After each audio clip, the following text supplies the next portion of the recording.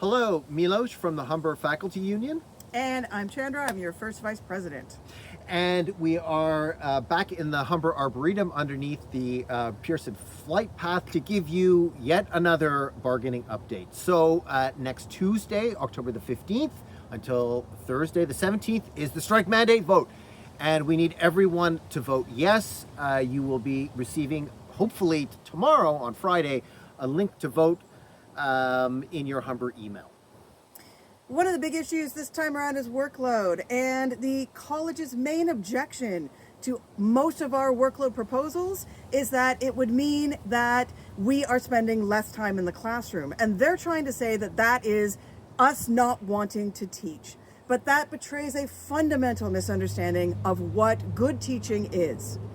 We are asking for more time for preparation, for innovative curriculum, more time for developing interactive elements in online spaces, and more time for individualized feedback to our diverse student body. So really what the CEC has tabled amounts to 30 concessions or 30 rights that they want to get out of the collective agreement. The most egregious one from our perspective is how they want to restructure asynchronous online learning. So currently, whether your course, whether you're full-time or partial load, if you're teaching online asynchronously, it's counted as if it's in person. So you get the teaching contact hour for it. The CEC wants to make asynchronous online learning count for zero.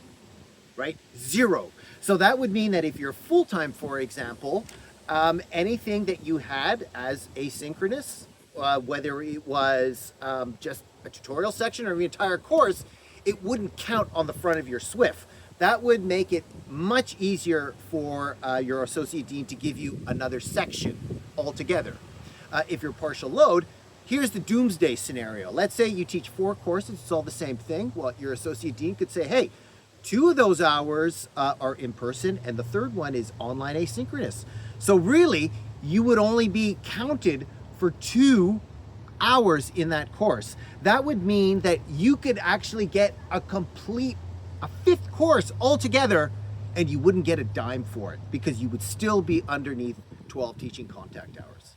And in the even if they keep your workload the same in terms of the number of preps, because they wouldn't be counting anything asynchronous as an actual TCH or teaching contact hour, you would potentially fall under 12 hours and possibly even fall under 6, therefore losing your partial load status and losing your access to benefits and job security.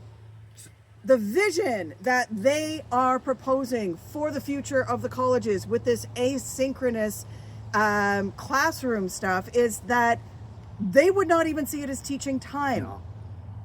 And so this is a stark vision for the future in which we would have massive online classes, more of them, less student choice about what type of learning they're doing, less faculty choice about what type of teaching they're doing, and it would essentially deprofessionalize online spaces. So I mean, I get it. Some of us out there, we don't like the idea of a strike. But to vote no in the strike mandate vote is really a vote for the CEC and all of these concessions that they're talking about. But not only that, think about this way. A no vote in the strike mandate vote is authorizing the CEC to pay you less than inflation, because currently their wage proposals are less than inflation. The Bank of Canada has projected that a 3% inflation for at least the next 2 years. The offer on the table does not get us where we need to be. So please vote not only in all of our collective interest, vote in your personal interest and vote yes in the strike mandate vote.